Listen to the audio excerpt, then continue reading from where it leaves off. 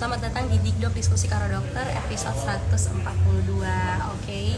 Malam hari ini aku lagi di salah satu cafe di daerah Kelapa Gading. Tempatnya enak, jadi cocok sama aku. Ini jadi teman-teman kalau di daerah Kelapa Gading boleh nih kesini, namanya Howard's Cafe. Oke. Hai, dokternya udah ada. Hai, Kanisa. Oke, udah mulai rame. Teman-teman, kita telat tadi 30 menit karena ada something. Aku masih packing, dokternya juga lagi kurang enak badan. Kita kayaknya harus jaga kesehatan ya, karena beberapa hari ini kayaknya banyak yang pilek batuk, termasuk aku. Nah, sebelum kita ngobrol sama dokternya malam hari ini, kita akan bahas dulu nih topik apa sih yang mau kita obrolin di live IG malam hari ini. Kita akan ngobrol tentang generasi emas dikuasai obesitas. Nah, siapa di sini yang merasa kalau lihat anak-anak gendut gitu ya, gemuk, kayaknya lucu gitu ya, anak-anak terus gendut. Tapi sekarang tuh kayaknya sudut pandang orang udah mulai berubah, yang bilang kalau gendut nanti obesitas. Jadi banyak nih, ada opini A yang bilang jelek, ada opini B yang bilang bagus. Kita akan langsung nanti kupas sama dokter Aisyah. Baiklah, sambil menunggu dokter Aisyah aku undang, kalian boleh share video live malam hari ini supaya nanti teman-teman yang membutuhkan bisa dapat informasi jelas dari dokter Aisyah. Kalau gitu aku undang dulu dokter Aisyahnya ya.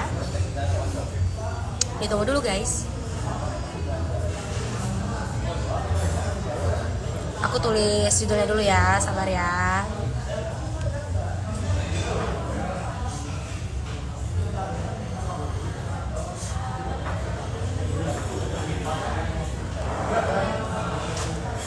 Oke, sabar sebentar.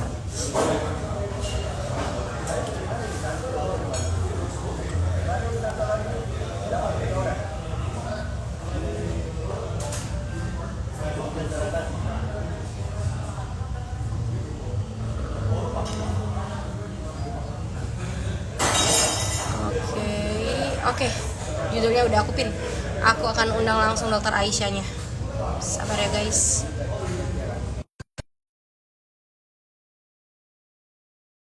Aku terima dok.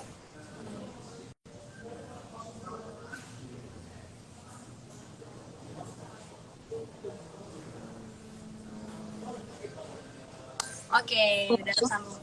Hai dok, malam. Halo malam. Lagi di kafe ya? Ya ini dok, saya lagi di luar juga. Oke, suara saya kedengeran gak dok? Suaranya kok kayaknya ini ya, pakai earphone nggak Mbak Iponya? Jadi kayak suara Uh, denting-denting kafenya apa sih?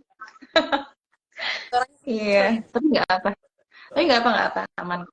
Cuman tadi aku bisa mendengarkan suara rame-ramenya. Kalau pakai earphone sini aku lepas earphone ya. Saya nggak pakai. Oke, Oke, sorry banget ya. nggak apa-apa. Saya juga Lagi nggak enak badan nih. nggak Tapi apa-apa. demi Tetap, Dikdok sama Mbak Ivo nih, aku tetap tetap sempetin lah ya edukasi padahal, buat masyarakat. padahal Gimana? guys, dokter Aisyah tuh lagi nggak enak badan. Kalau kalian lihat itu agak pucet ya dok, masih kelihatan. Semoga cepat sembuh ya dokter ya. Eh, Amin, amin, amin. Mbak Ivo juga kayak lagi flu ya. Sama dok, benar. Ini rame nih, nggak Iya. apa-apa. Eh, Kenalan dulu dok, kesempatan lagi di dok bisa ngobrol sama dokter Aisyah. Kita sempat dulu collab bareng, dan waktu itu kalau nggak salah mau mudik ya, dekat-dekat mau mudik Iya, lebaran, dan kita puasa-puasa nggak sih itu? Lagi betul puasa. ngobrol Mm-mm. lagi sama dokter Aisyah malam ini. Topiknya tentang menarik banget, teman-teman saya banyak yang suka. Kita kenalan dulu sama dokter Aisyah. Monggo dokter, masih di Solo kah atau sudah ganti prakteknya? Masih di Solo, udah tetap insya Allah. Ya, perkenalkan saya Dr. Aisyah Fikri Tama, spesialis anak. Senang sekali bisa ketemu lagi sama Mbak Ivo nih yang Dikdoknya udah makin keren ya, programnya makin banyak. Pokoknya sukses terus buat Dikdok. Saya praktek di Rumah Sakit Waina Solo. Saya sendiri adalah seorang dokter spesialis anak, konselor laktasi, dan MPASI gitu. Jadi buat mom and dad yang, oh ya, saya juga aktif bikin konten tentang kesehatan anak. Kalau nanti misalnya pengen tahu tentang kesehatan anak, boleh scroll-scroll IG saya atau nanti bisa tanya di komen. Dan juga di Dok ya, keren-keren juga kontennya. Dokter-dokternya banyak sekali. Dokter spesialisnya banyak, dokter umumnya juga banyak. Pokoknya keren banget deh. Oke, langsung aja Mbak Ivo. Thank you dok, ya bener banget. Dok, tadi saya sempat baca-baca artikel ya, dokter juga rekomendasiin banyak bacaan buat saya, buat untuk briefing kita, buat ya ngobrol-ngobrol malam hari ini. Saya juga, karena saya belum punya anak, saya belum menikah, Jadi saya mungkin nggak tahu apa sih yang terjadi sekarang tuh di kalangan ibu-ibu di luar sana gitu. Bener dok, dulu itu anak gendut itu dianggap anak sehat. Kalau anak yang kurus dianggap anak yang kurang sehat, kurang gizi, kurang diperhatikan. Nah, sekarang sudah mulai berubah pola pandang orang tua. Kalau anak yang gemuk akan dibilang obesitas atau nggak sehat, atau misalnya orang tuanya nggak bisa menjaga kesehatan anaknya. Nah, dari dokter spesialis anak langsung dari dokter Aisyah, sebenarnya anak yang sehat itu yang gimana sih dok? Yang gendut, kalau gendut yang gimana? Oke. Sebenarnya ini perlu diluruskan ya. Kita harus bikin jargon bahwa gemuk itu tidak lucu, gemuk itu tidak sehat. Dulu itu kegemukan itu identik dengan kemakmuran ya, simbol kemakmuran atau keberhasilan dalam merawat anak itu kalau anaknya gendut, ipal-ipal, lucu, pipinya cabi, lembem gitu. Padahal itu adalah hal yang salah gitu. Itu satu. Terus jadi pertanyaannya yang benar tuh gimana dok? Gemuk itu bagaimana gitu ya? Jadi yang dimaksud dengan kegemukan atau di sini bahasa kedokterannya adalah gemuk itu ada dua ya, ada overweight sama obesitas. Bedanya apa? Sebetulnya sama-sama dia intinya adalah asupan yang masuk. Jadi input kalori sama defisit kalori atau yang keluar itu lebih banyak yang masuk gitu. Nah, jadinya kan jadi surplus tuh. Nah, kalau misalnya overweight atau gizi lebih itu kalau secara patokan kurva pertumbuhan, jadi kan kalau dokter anak tuh akan selalu, kenapa kok kalau ke dokter anak selalu diukur tinggi badan sama berat badannya gitu kan? Karena kita perlu ngeplot sesuai kurva pertumbuhan. Jadi nggak bisa bilang, oh anakku gizi baik dok, gitu, dengan penampakan mata aja.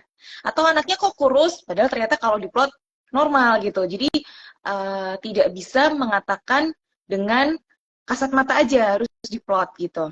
Ya, jadi kalau overweight itu secara kurva, di kurva BMI, BMI itu Body Mass Index atau indeks massa tubuh, itu antara P85 sampai P95 gitu. Kalau yang obesitas itu di atas P95.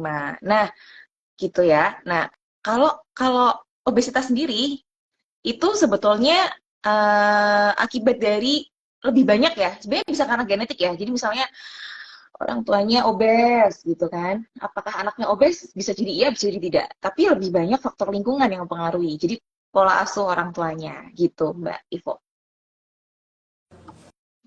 Setuju dok. Karena sekarang tuh juga banyak ya dok ya, maksudnya gini, ibu-ibu yang langsung suka banget ngejudge anak-anak gitu ya.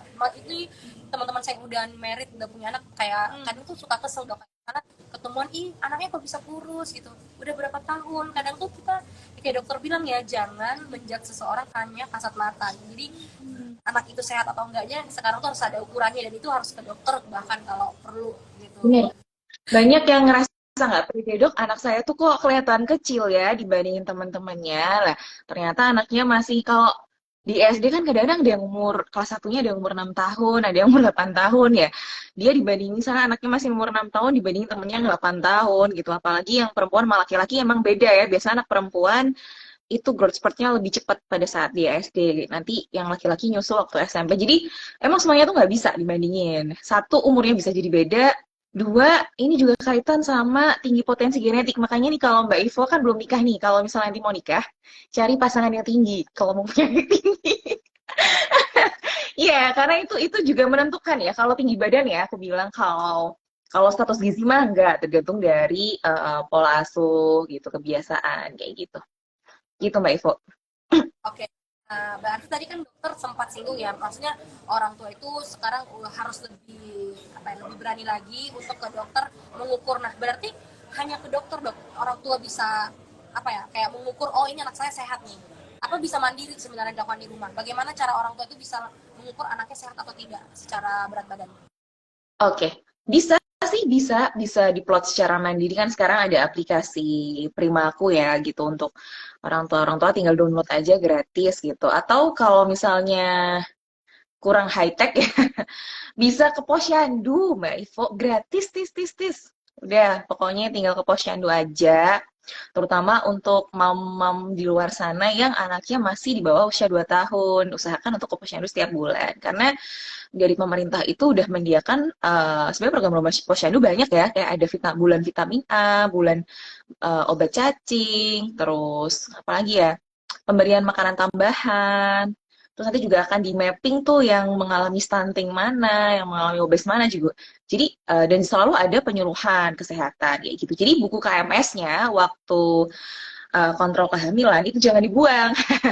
Jadi itu bisa dipakai sampai umur 5 tahun tuh anaknya. Termasuk nanti jadwal imunisasi itu ada di situ semua. Jadi saya sering nanya nih, Mama misalnya datang ke saya udah umur 3 tahun misalnya nih saya tanya, Mama gimana imunisasinya Ade? Terakhir apa? Gitu. Mamahnya lupa, coba nanti dicari ya buka yang di rumah. Tinggal kan di situ ada terakhir apa. Nanti ketahuan deh, oh ternyata belum imunisasi ini kayak gitu-gitu. Jadi sebenarnya buka IA tuh penting, bukan penting ya, bermanfaat banget. Sambil dibuka-buka ya yang pada punya buka IA. Saya juga ini sih sama ya masih kayak Mbak Ivo nih. Walaupun tapi kan saya punya ilmunya ya. Jadi buka-buka itu tanda bahaya bayi gitu. Tanda bayi harus bawa ke IGD. Terus misalnya anaknya udah umur 4 bulan tuh udah bisa apa aja. Terus itu ada. Oh bisa mengangkat kepala, bisa mulai tengkurap, kayak gitu-gitu. Itu bisa dibaca di KIA gitu. Nggak usah jauh-jauh deh. Itu aja buka ya sambil nonton-nonton Dikdok. Gitu ya.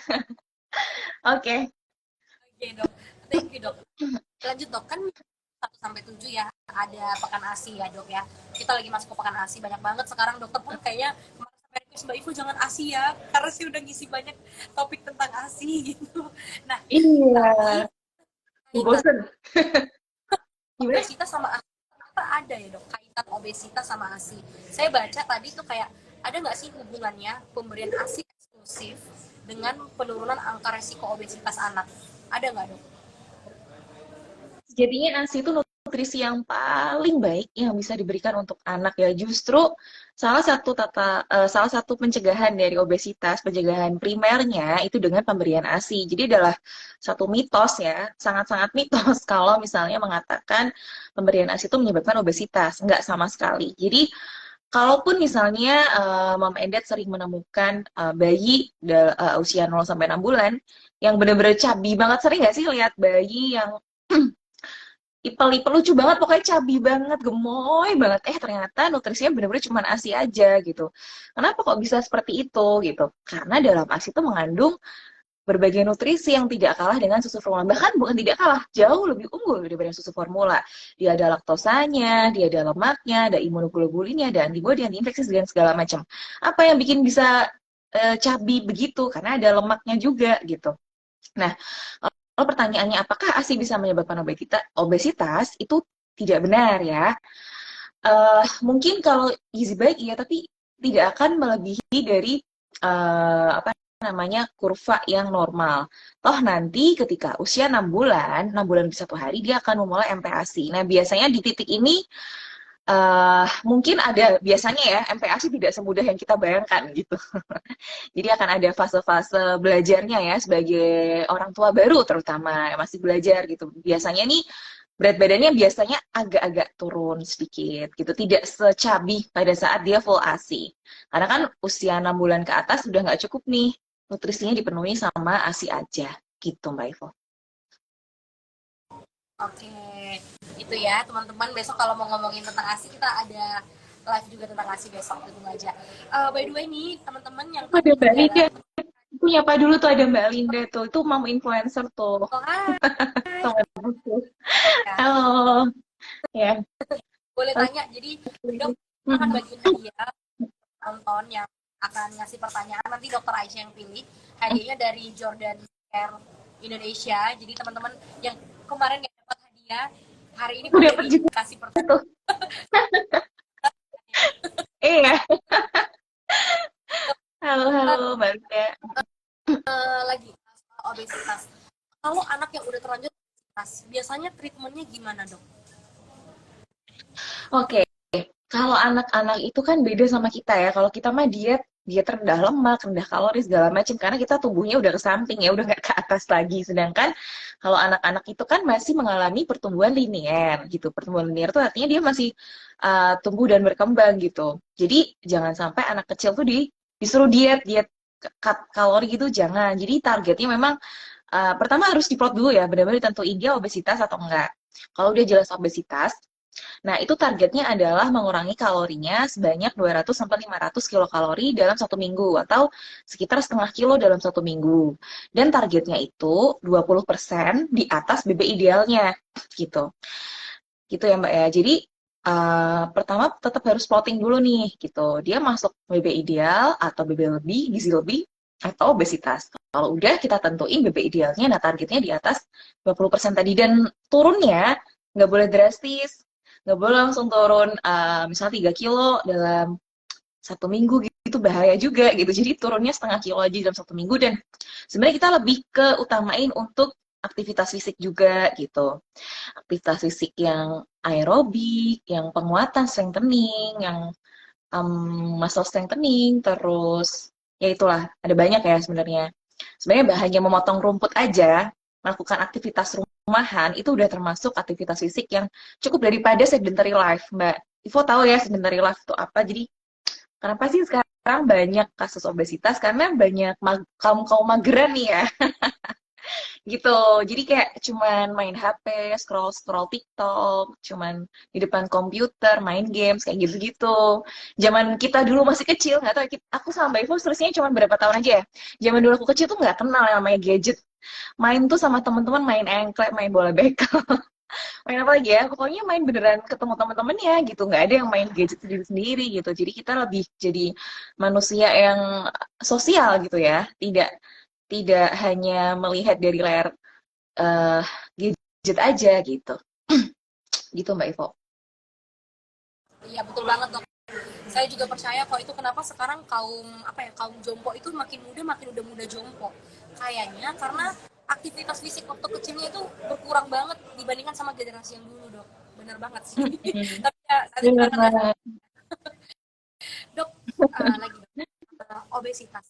Jadi saya juga sempat baca nih katanya kalau anak yang udah sempat obesitas terus di treatment dia kembali ke berat badan idealnya katanya Iya. ada peluang dia bisa gampang obesitas lagi ketika nanti dewasa. Itu fakta atau mitos atau gimana? Gimana gimana suaranya nggak jelas? Itu ada Mbak Mom Nun Mucientos dok. Oke, itu aku kenal juga tuh. Oh sama, mungkin seumuran kali ya. Nggak tahu, pokoknya zaman kita kecil kayak gitu ya. Gimana tadi Mbak Ivo pertanyaannya agak kurang jelas. Mitos atau fakta sih dok yang kecilnya obesitas? Apakah nanti dia Hmm? dewasanya juga obesitas lebih cepat? Oke, oke, gini. Mbak Ivo pernah siapa ya namanya? Arya bukan ya yang dulu terkenal banget itu anak-anak.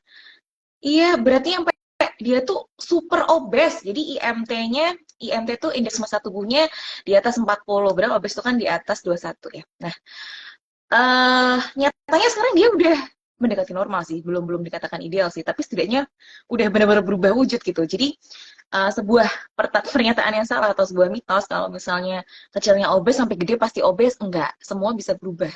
Semua tergantung dari gaya hidup dan pola hidup sehatnya dilakukan atau enggak. Itu si Arya waktu itu sempat disarankan untuk operasi bariatrik. Nah, kapan sih indikasi operasi gitu?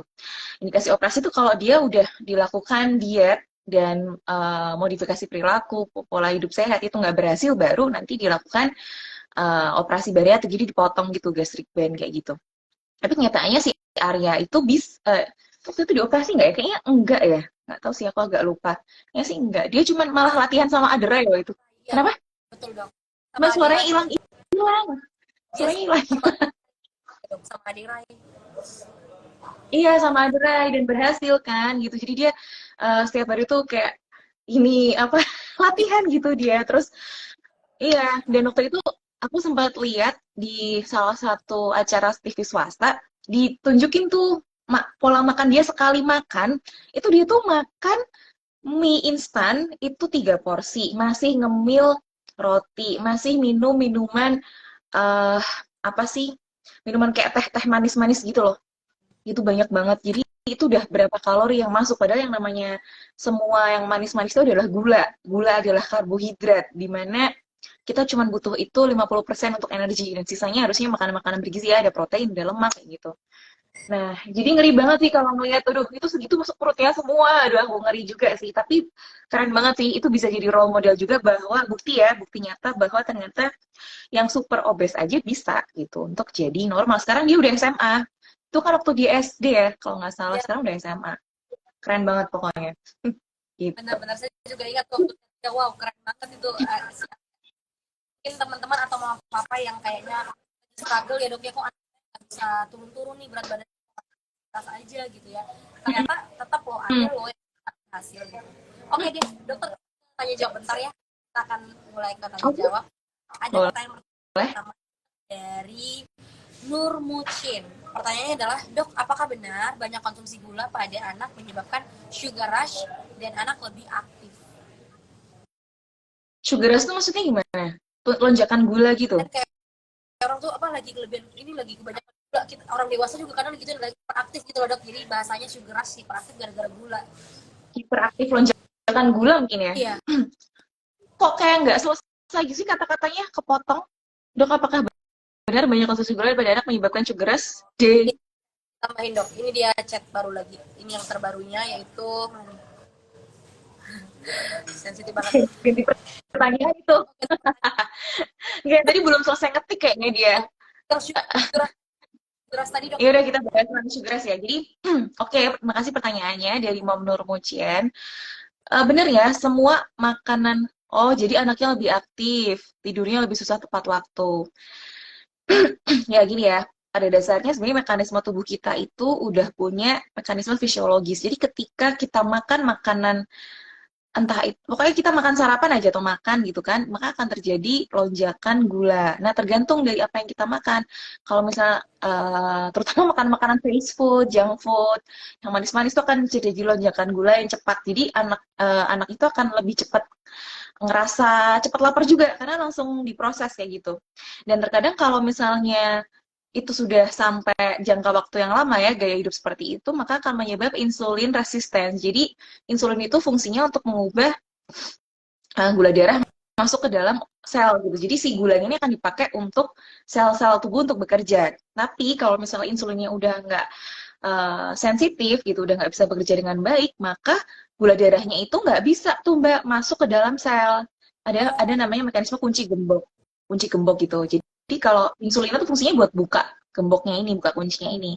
Kalau misalnya udah nggak sensitif, si kunci gembok ini nggak bisa kebuka. Akhirnya gula darahnya muter-muter-muter dalam darah. Nah, kalau dicek gula darahnya kan meningkat. Itu yang dimaksud dengan lonjakan gula yang tinggi. Nah, pertanyaannya apakah membuat anaknya jadi apa tadi aktif banget susah tidur gitu ya? aduh. Ah, iya, maksudnya jadi kenapa jadi kayak gitu loh, buat terlalu aktif, hiperaktif. Ya sebenarnya karbohidrat sendiri adalah penyumbang dari energi ya gitu otomatis ya kalau misalnya karbohidrat banyak jadi energinya juga banyak. Cuman ini nggak terlalu berpengaruh juga ya sampai yang kayak gitu juga enggak sih. Sebenarnya kalau intinya ya anak juga punya waktu capeknya ya kalau terlalu aktif bermain juga nanti ngantuk sendiri gitu tergantung usianya. Ini sangat beragam ya, pertanyaan seperti ini masih sangat general untuk dijawab karena saya mau ngomong gini, usia toddler, usia preschool, terus usia sekolah tuh beda-beda, remaja apalagi gitu. Oke, terima kasih. Oke, semoga menjawab ya Ibu Mucin. Kita akan lanjut ke pertanyaan kedua dokter berikutnya. Ada dari Love Able. Pertanyaannya adalah, ini saya sensitif banget ya handphonenya. Oke, dok, cemilan apa bisa diberikan Dok, pada anak yang obes tapi selain buah atau olahan buah? Nah ini sedikit obes itu maksudnya gimana nih dok? Saya juga penasaran. sedikit obes, overweight kali ya maksudnya. Jadi kayak obes nanggung-nanggung gitu ya. Ya, mungkin sedikit cabi-cabi gimana gitu maksudnya ya. Oke. Dok, camilan apa yang bisa? Oke. Makasih pertanyaannya dari Mbak Lovable. Jadi, yang namanya obesitas pada anak. Ini obesitas aja ya aku anggapnya ya. Secara umum ya. Jadi, Ya. yang tipe makanan yang dimakan tuh ada namanya green light food. Jadi kayak makanan yang kayak lampu merah hijau. Kayak lampu Hmm, merah green light food. Traffic light diet namanya. Traffic light diet. Jadi ada yang namanya green light food, makanan yang lampu hijau, yellow light food, sama red light food. Yang paling direkomendasikan itu yang green light food otomatis ya, karena dia disarankan untuk dimakan setiap hari. Jadi rendah lemak, terus rendah kalori juga gitu. Kayak makanan-makanan yang berserat, gitu, yang tidak digoreng tentunya, yang lemaknya juga nggak terlalu tinggi. Kalau yang yellow white food itu yang boleh dimakan 1 kali seminggu gitu, tapi nggak setiap hari juga gitu. Contohnya misalnya daging, terus apa lagi ya, roti kayak gitu. Kalau yang red light food ini yang benar-benar pantangan ya, yang enak-enak pastinya. Ya, minuman bersoda, minuman kaleng, gorengan, kue, cookies ya semuanya. Pokoknya yang enak-enak itu biasanya adalah godaan. Kayak gitu. Jadi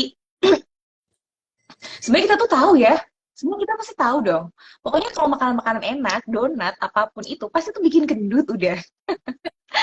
Iya kan?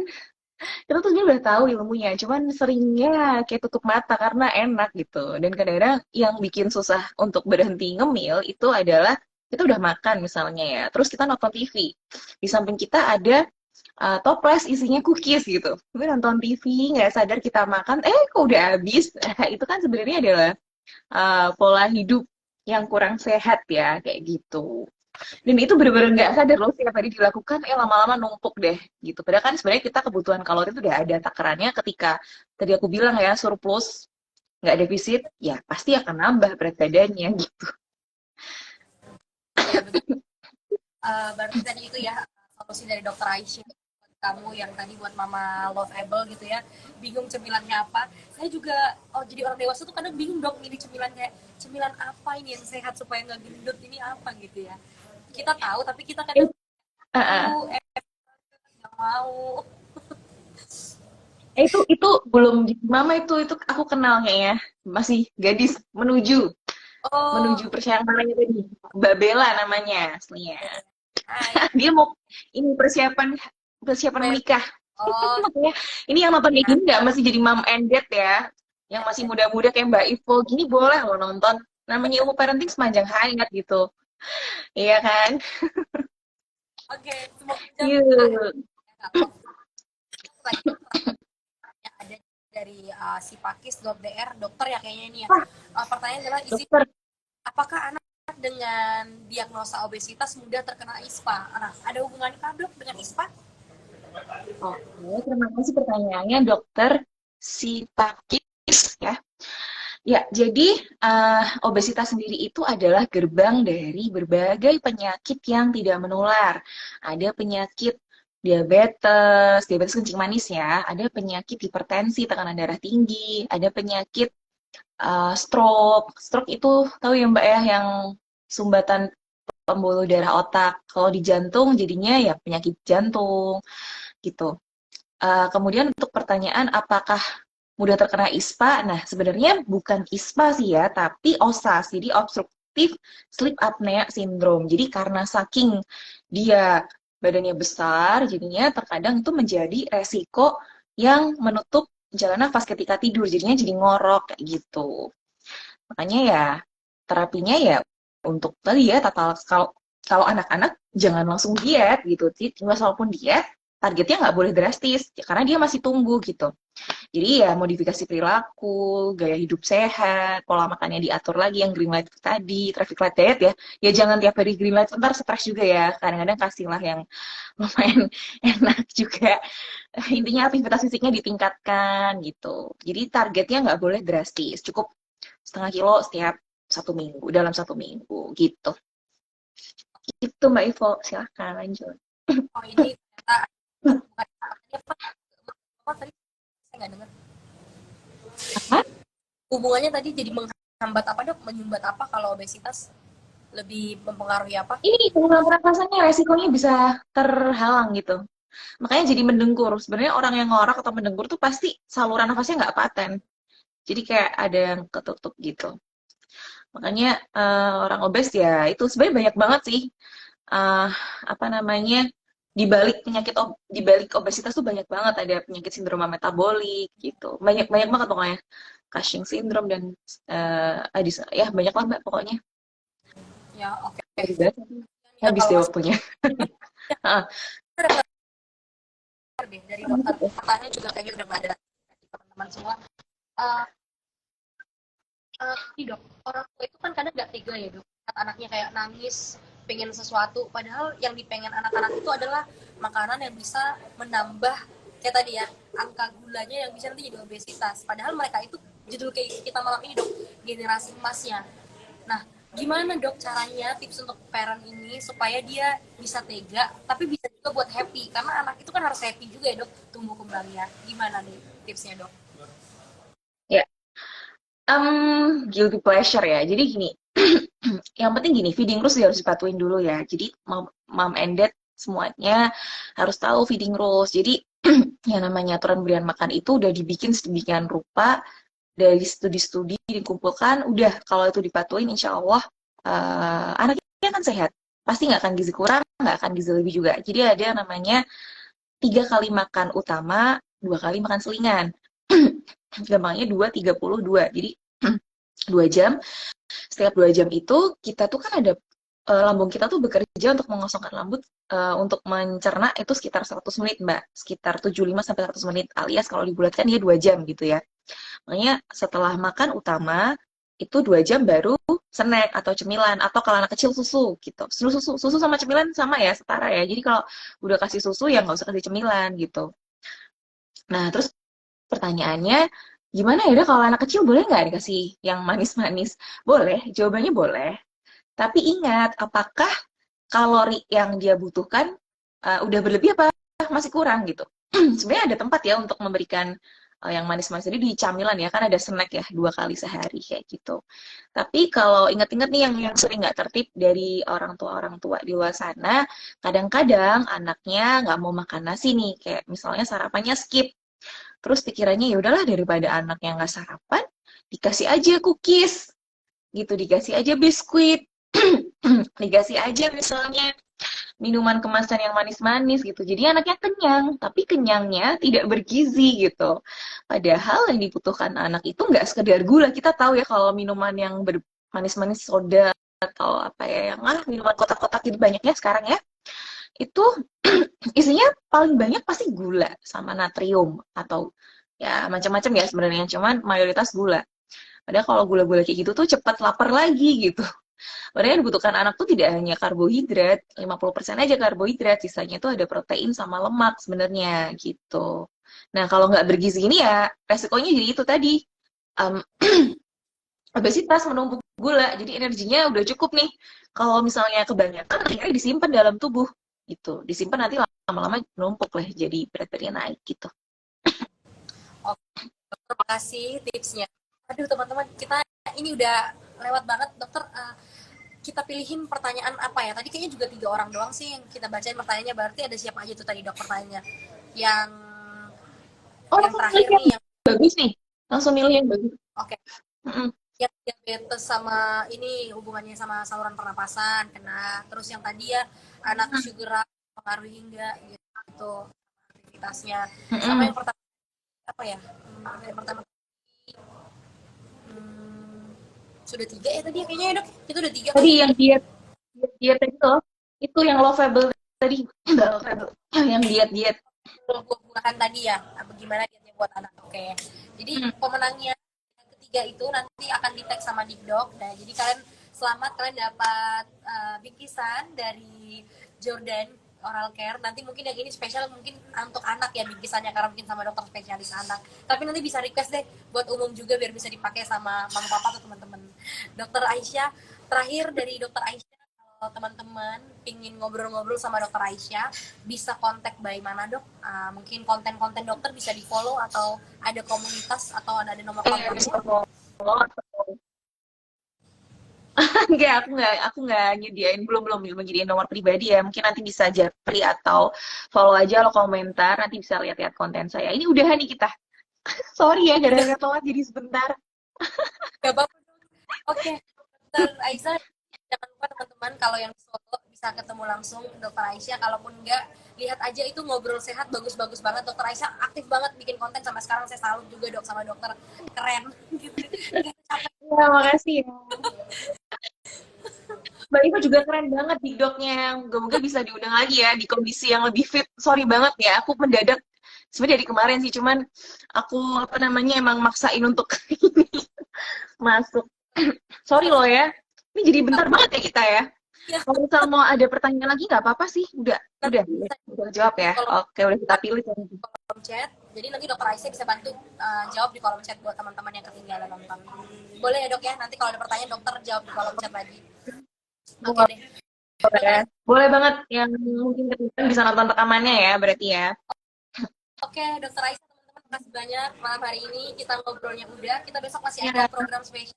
Tungguin pengumumannya di Dikdok dan kita pamit dulu malam hari ini. Sampai ketemu lagi besok di Dikdok. Thank you dokter Aisyah. Selamat malam. Selamat malam semuanya. Mbak Ivo sukses selalu ya. Dadah semuanya. Assalamualaikum. Dah. Yuk, kulit ya. Oke. Okay.